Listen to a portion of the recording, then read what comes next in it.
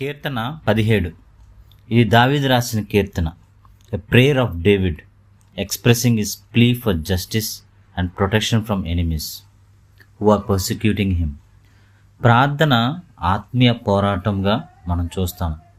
ఈ కీర్తన ప్రార్థన కీర్తనగా మనము చూడొచ్చు. 17వ కీర్తన, అలాగే 86వ కీర్తన, 90వ కీర్తన, 102, అలాగే 142 ఇవన్నీ కూడా ప్రార్థన కీర్తనలుగా, ప్రేయర్ శామ్స్గా మనము గుర్తిస్తాం.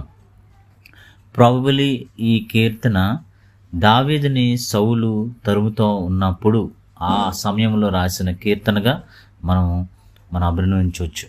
అలాగే శ్రమల్లో, కష్టంలో ఉన్నప్పుడు రాసిన కీర్తన.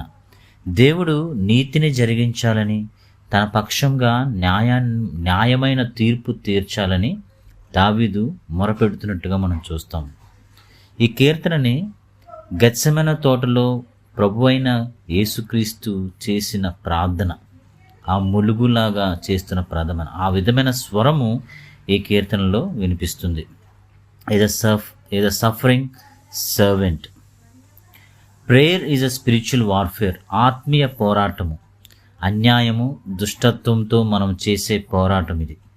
దావీదు బయట యుద్ధము చేయకపోయినా సౌలుతో హృదయంలో, తన అంతరంగంలో పోరాటము చేస్తూ ఉన్నాడు. కీర్తన 17వ అధ్యాయము 1వ వచనం నుంచి 6వ వచనం వరకు మనం చూసినట్లయితే, ఆలకించుము, అంగీకరించుము దేవా అని మనం చూస్తాం. Here me lord. 1 నుంచి 6 వచనాలు lord here me.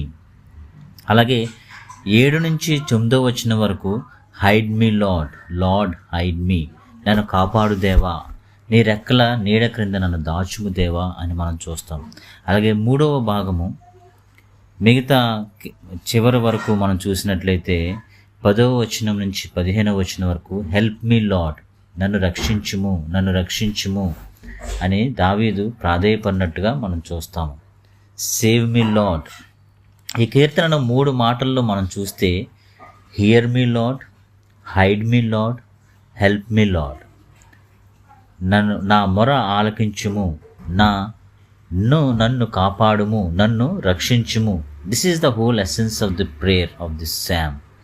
How is our prayer today? ఈరోజు మనము ఏ విధంగా ప్రార్థన చేస్తూ ఉన్నాము? హియర్ మీ లార్డ్, మనం ప్రార్థన చేస్తూ ఉన్నప్పుడు నా ప్రార్థన వినుదేవా అని అడుగుతూ ఉన్నామా? హైడ్ మీ లార్డ్, నన్ను ప్రొటెక్ట్ చేయదేవా, నా చుట్టూ నీ కాపుదల ఉంచుదేవా అని అడుగుతున్నామా? అలాగే హెల్ప్ మీ లార్డ్, నన్ను రక్షించు